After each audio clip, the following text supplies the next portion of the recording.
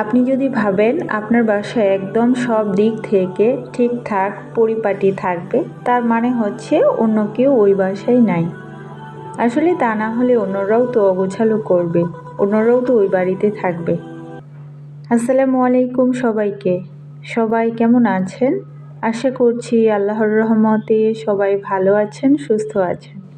আলহামদুলিল্লাহ, আমিও আমার পরিবার নিয়ে আছি ভালোই। প্রতিদিনের মতো আজকে ভিডিওটা সকালের নাস্তা দিয়ে শুরু করেছি। আর আজকে সকালের নাস্তায় গরম গরম খিচুড়ি রান্না করেছিলাম, সেই সাথে ডিম ভাজি। আর এখন হচ্ছে এটা আমার জন্য করে নিচ্ছি, বেগুন ভাজি করে নিব আর সেই সাথে ডিম ভাজি। আমার মেয়েদের হচ্ছে ফাইনাল এক্সাম শুরু হয়ে গিয়েছে, তো মেয়েকে স্কুলে দিয়ে চলে এসেছি। আর এখন এই তো আমার খাবারটা রেডি করে নিচ্ছি। তারপর হাতে যতটুকু সময় পাবো সব কাজ করে নেওয়ার চেষ্টা করব।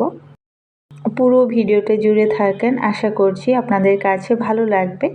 আর শুরুতে একটা লাইক দিয়ে ভিডিওটি কন্টিনিউ করবেন।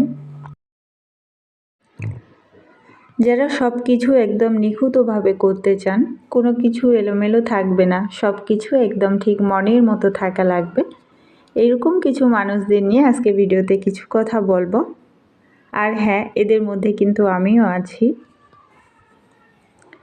এখন আপনাদের মনে হতে পারে যে এটা তো একটা অনেক ভালো গুণ, এটা নিয়ে বলার কি আছে। কিন্তু আপনি যদি সব কাজে সব জায়গায় মনে করেন যে সব কিছু আপনার মনের মতো হতে হবে, তাহলে কিন্তু অনেক সমস্যা দেখা দিবে। পরিবারের লোকজন ভীষণ বিরক্ত হতে পারে এই বিষয়টা নিয়ে, কারণ আপনি বলবেন যে এটা ওইখান থেকে নড়বে না, ওটা ওখান থেকে নড়বে না, এটা আমি যেভাবে রেখেছি ওভাবেই থাকবে। সব কিছু একদম ঠিকঠাক জায়গা মতো থাকতে হবে। যখন আপনি এই কথাগুলো ওদেরকে প্রতিনিয়ত বলতে থাকবেন বা আপনি আপনার কাজগুলো ওইভাবে করতে থাকবেন, তখন অন্যান্য যে পরিবারের মানুষজনগুলো আছে ওদেরও হয়তো মনে হতে পারে যে বাবা, এটা তো আমারও বাড়ি, আমি আমার বাড়িতে আমার মতো করে থাকবো, তোমার মতো করে চলবো কেন, সারাক্ষণ তোমার মতো করে থাকবো কেন। তো এই ফিলিংটা যখন ওদের মধ্যে হবে, তখন ওরা কিন্তু ভীষণ রকমভাবে বিরক্ত বোধ করবে এই বিষয়টাকে। এটাই স্বাভাবিক, কেউ কিন্তু কারো কথা মতো প্রতিনিয়ত চলতে চায় না। আবার পরিবারের লোকজনের মধ্যে কিন্তু একটা হীনমন্যতার যে একটা বিষয়, সেটাও হতে পারে। তারা হয়তো মনে মনে ভাবতে পারে যে আমি হয়তো কোনো কাজেই পারি না, সেজন্য হয়তো বা আমার কাজগুলোতে তো ভুল ধরে। তো এদিকে হচ্ছে আমি আপনাদের সাথে কথা বলতে বলতে অনেকগুলো কাজ কিন্তু গুছিয়ে নিয়েছি। প্রথমে রুমটাকে গুছিয়ে নিয়েছি। তো কাজগুলো আসলে যতটা আস্তে ধীরে দেখছেন ততটা কিন্তু না, আমি কিন্তু কাজগুলো একটার পর একটা করেই যাচ্ছি। তারপরে কিছু দুধ ভিজিয়েছি, অল্প তালের রসও ভিজিয়েছি। কাউনের চাউল আপনারা চিনেন কিনা জানি না, বা কী নামে ডাকেন, তবে আমাদের এদিকে কাউন বলে। তো ওই কাউনের চাল দিয়ে অল্প পায়েস রান্না করব দুপুরের রান্না শেষ করার পরে। তো সেজন্য আগে থেকে দুধটা ভিজিয়ে রেখেছি। আর এখানে মশলাগুলো সবই শেষ হয়ে গিয়েছিল, তো এগুলো অল্প অল্প করে বক্সে ভরে নিচ্ছি।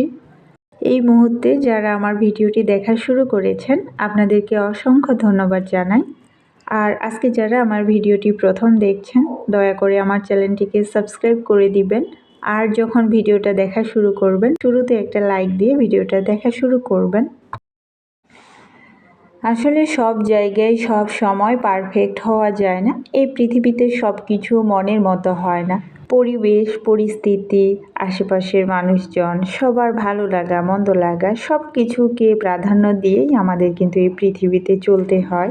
আপনি যদি সব জায়গায় সব সময় পারফেক্ট হতে যাবেন, তাহলে এটার ফলে একটা সময় হয় কি যে সমস্ত কাজের লোড কিন্তু আপনার উপরে চলে আসবে। কারণ আপনি বলবেন এটা ঠিক হয়নি, ওটা ঠিক হয়নি, এটা ঠিক হয় নাই, এটা এভাবে থাকবে। আপনি প্রত্যেকটা কাজের এভাবে কিন্তু লোড নিয়ে নিচ্ছেন নিজের উপরে।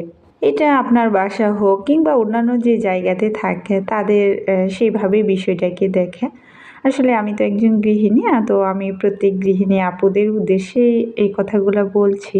জানি না আসলে কথাগুলো কে কীভাবে নেবে। তবে একটা সময় আমিও কিন্তু এরকম ছিলাম। তবে এই গল্পটা আমি যখন থেকে শুনেছি তখন থেকে আসলে প্রতিনিয়তই নিজেকে একটু, একটু করে বদলানোর চেষ্টা করছি। একটা সময় এমন ছিল আমার যে আমি যখন যেটা যেভাবে গুছিয়ে রাখবো সেটা কিন্তু আমার সেভাবেই থাকা লাগবে। তো আমি এমনও দেখা গিয়েছে যে আমি কিন্তু আমার বাচ্চাদের উপর অনেক সময় রাগও করেছি। কিন্তু আসলে এখন আর ওইরকমটা করছি না। সব কিছুতেই নিজেকে আসলে একটু, একটু করে মানিয়ে নেওয়ার চেষ্টা করে যাচ্ছি প্রতিনিয়তই। দেখেন, একটা কথা বলি, একটা মানুষকে কতক্ষণ কাজ করতে ভালো লাগবে? একটা মানুষ যখন সারাক্ষণ কাজ করবে তখন কিন্তু তার মধ্যে একটা বিরক্ত বোধ চলে আসবে। তখন কিন্তু তার যখন সে সারাক্ষণ কাজ করতে থাকবে তখন তার কিন্তু কোনো বিনোদন থাকবে না বা কোনো অবসর থাকবে না। এই মনোভাব নিয়ে সবসময় কাজ করতে থাকলে একটা সময় জীবনের এক পর্যায়ে গিয়ে আপনি বা আমি হয়তো আমরা ডিপ্রেশনে ভুগতে পারি। তাই আসলে যখন যতটুকু গোছানো দরকার ততটুকুই গুছিয়ে রাখলে হয়। আসলে অতিরিক্ত গোছানোর আমি আর ওই রকমটা করছি না। যতটুকু গুছিয়ে রাখা দরকার ততটুকুই গুছিয়ে রাখছি। আর এরপর বাচ্চারা আসলে তো এলোমেলো করবেই। আবার একটু সময় গুছিয়ে রাখি বা কোনো সময় ইচ্ছে না করলে ওভাবেই রেখে দিই। এই তো এভাবেই যাচ্ছে দিনগুলো। তো এখানে এই তো কথা বলতে, বলতে আমি কিন্তু দুপুরে রান্না করে নিচ্ছি। আর আজকে দুপুরের রান্নায় মাছ ভুনা করব, সেই সাথে আলু দিয়ে সিম ভাজি করে নিব আর লাউ ভাজি করব। আমি কিন্তু কখনো ওইভাবে লাউটা ভাজি করিনি, আজকে প্রথম করছি। আমি বেশিরভাগ সময় লাউ হচ্ছে মসুর ডাল দিয়ে সবসময় প্রেসার কুকারে বসিয়ে দিই। ৫ মিনিটের মধ্যে কিন্তু আমার লাউটা হয়ে যায়। তো আজকে ভাবলাম যে লাউ ভাজি তো কখনো এভাবে খাওয়া হয়নি, তো আজকে করে নিয়েছি। আমি কিন্তু এই দুপুরের রান্নাটা শেষ করার পরে একটু গরুর মাংস দিয়ে খিচুড়িও রান্না করেছি, সেটা অফ ক্যামেরায় করে নিয়েছি, আপনাদের সাথে আর শেয়ার করিনি। আর এখন হচ্ছে আমি তো কাউনের চাউলের যে পায়েসটা সেটা রান্না করব। তবে আমি এই পায়েসটা ইন্ডাকশনের মধ্যে রান্না করব, যেহেতু একটু সময় নিয়ে রান্না করতে হবে। সেক্ষেত্রে দেখা যায় যে আমরা যেহেতু লাইনের গ্যাস ইউজ করি না, সিলিন্ডার ইউজ করি, সেক্ষেত্রে কিন্তু গ্যাসটা কিন্তু অনেক বেশি শেষ হয়ে যাওয়ার সম্ভাবনা থাকে। তো সেজন্য আসলে ইন্ডাকশনটা নামিয়ে নিলাম। আর ইন্ডাকশনটা অতটা দরকারও হয় না, সেজন্য মাঝে মধ্যে তুলেই রাখি। তো এই যে তখন যে দুধগুলো ভিজিয়েছিলাম সেই দুধটা দিয়ে আমি কিন্তু এখন কাউনের যে পায়েসটা আছে সেটা রান্না করে নিব। এই পায়েসের মধ্যে আমি আজকে অল্প পরিমাণ তালের রসও দিব, কারণ অনেক সুন্দর একটা ঘ্রাণ আসে তালের রসের যে ঘ্রাণটা, সেটা তো আমার কাছে অনেক ভালো লাগে। তো এটাই দিব। আমার কাছে কিন্তু তালের রস থাকে না, মাঝে মধ্যে আমার আম্মা আমাকে কিন্তু দিয়ে পাঠায়। তো আমার বাসা থেকে আমার আব্বার বাড়ি যেতে সময় লাগে ১ ঘন্টার মতো। তো গতকালকে আমি আমাদের বাড়িতে গিয়েছিলাম। তো সেখানে আমার সাথে আমার ছোট ভাইটাও এসেছিল। তো আমার ছোট ভাইটা আজকে বাড়িতে চলে যাবে।